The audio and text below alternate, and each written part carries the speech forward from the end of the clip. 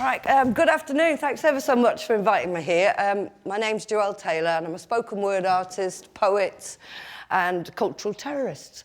And apart from that, I'm also a former UK slam champion, which means I took part in a big national event and won. How glamorous. That was amazing. There was about 7 people there, and they loved me, man. Back in those days, slam was an art form that nobody really understood. For those of you who don't know what it is, it's the competitive art of performance poetry, spoken word, rapping, MCing, with or without a bit of beatbox, in front of a very loud, very lively and responsive audience. These days, when you win slams, amazing things happen to you. You get TV contracts in America, or you'll get radio play, or people actually know who you are. Back in those days, people were like, great, what is it?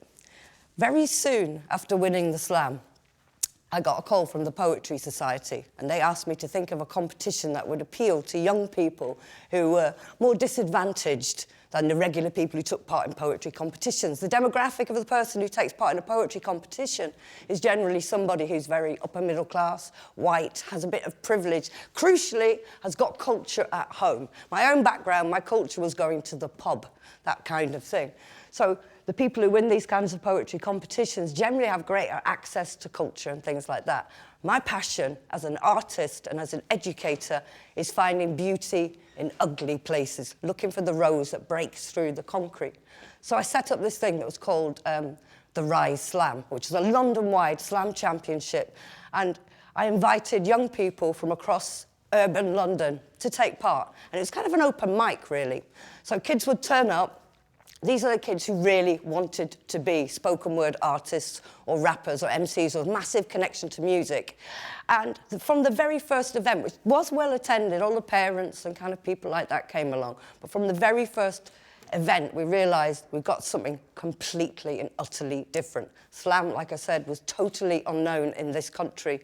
And what happened was young people got to the stage and they opened their hearts, they opened their souls, they talked about their lives, and as a result, their lives became part of our own lives. So after that first event, it grew and grew and grew and grew.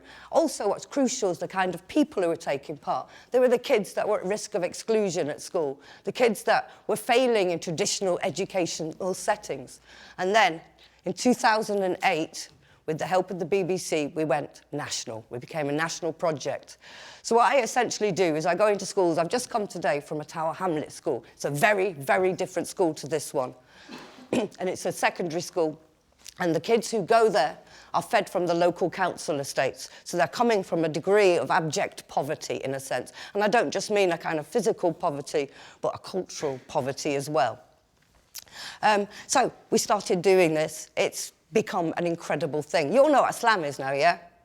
That was us, man. We did that. My passion, like I said, is to find this beauty and to find voices. The whole object of Slambassadors UK, my whole reason for being, is to give voices back to the silenced and the censored. So I go around and encourage young people, some of whom have absolutely no interest in poetry whatsoever, and I get them to try and speak about their lives. I work with people who've been in gangs. A lot of young gang members have come through it and left the gangs as well. You know, it wouldn't look very good if they were still in them, really, doing poetry on the streets. I'll mug you, but first of all, have you heard this?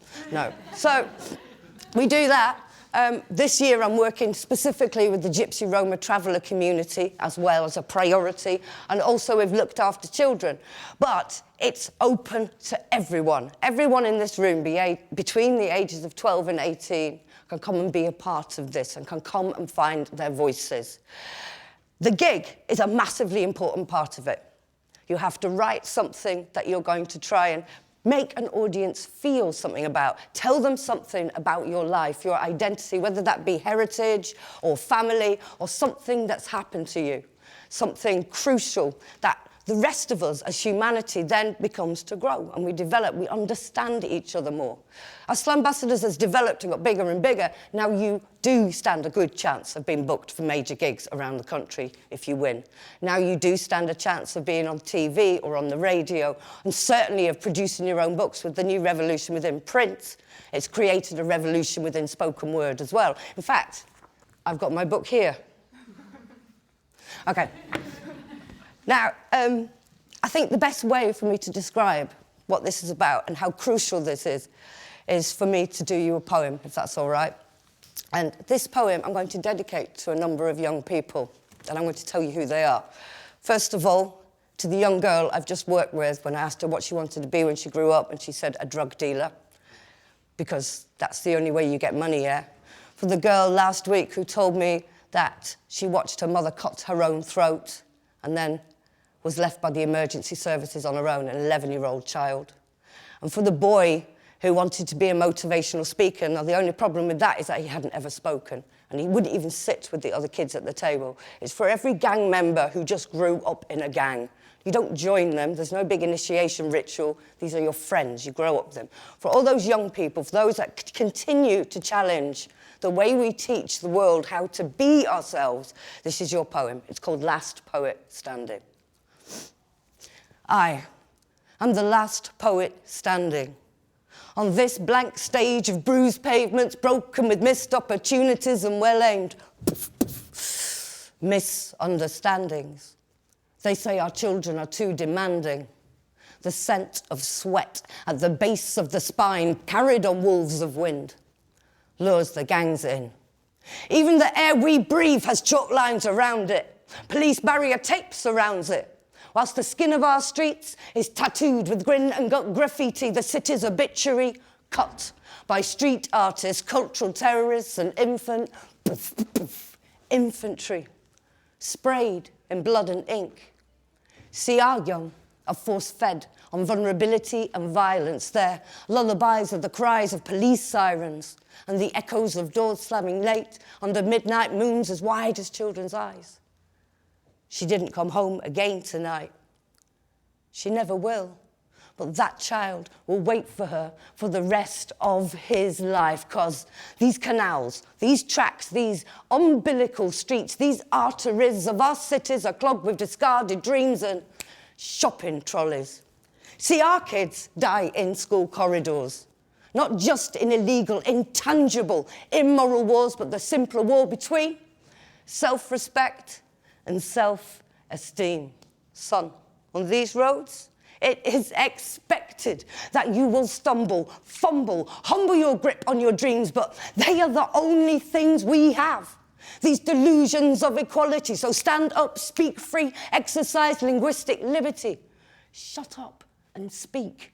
Because disappointment is viral, to the point where low expectation equals survival. And when there's little sense of truth, honour and justice, it is tempting to become tribal. So our thin children have dug themselves into their own fragile skin, and they hide behind sandbags, postcodes, collars and lies, and a cheap pound shop pride. And a knife. There's always a knife that reflects the hand that holds it. You see, the blade reflects the hand that holds it. So when you see your face, can you remember your name? Meanwhile, our fathers are pugilist or fetal, boxers or babies, missing in action, an Argos link in a cheap chain reaction that leaves us lost in our own living rooms. And he, well, he's just an empty chair, or an empty promise, or the hierarchy of the fist above the kiss, a shadow receding in the mist, retreating in the mist. Fear is your father forgetting your name. Well, it's getting dark. We are a long way from home, and from a distance, those drained and greying tower blocks are gravestones, and every window lit is a word upon it. Well, who's going to write our epitaphs when all the poets have gone? Who's going to write our epitaphs when all the poets have gone? Who's going to write our epitaphs when all these young poets have gone? Because we can never rest in peace, not while police stand guard outside school gates, and children have Kentucky Fried complexions, and education is dependent upon government inspection, and knowledge is privilege, while the libraries of our lives are pillaged. We can never rest in peace, not while there are children in the UK who cannot spell their own names. And they are the monsters beneath their own beds, and they're afraid of themselves and everything they wish they'd said, and the colour of ink is red, and this whole town is proof marked in blood. Not, well, there's one poet left standing. We have been worshipping false prophets for false prophets. The cult of celebrity, that cynical, cyclical celebration of hypocrisy that allows us to watch the whole outside world like it's reality TV, and our children are outside, bent-kneed, picking broken glass from their eyes. Broken glass, you see. There was never an end to slavery.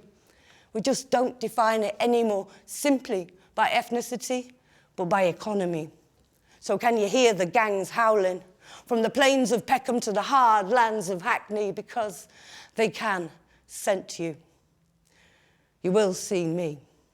You will see poetry written among the broken glass and the graffiti, starring in the shattered lenses of CCTV. You will see poetry. You'll see poetry in the braille of the night sky, or the length of time a parent takes to say, goodbye, son, see you soon. In the harvest moon of children's eyes, or that girl, that beautiful girl, perched on the lip of the tower block, wings unfurled, preparing to fly.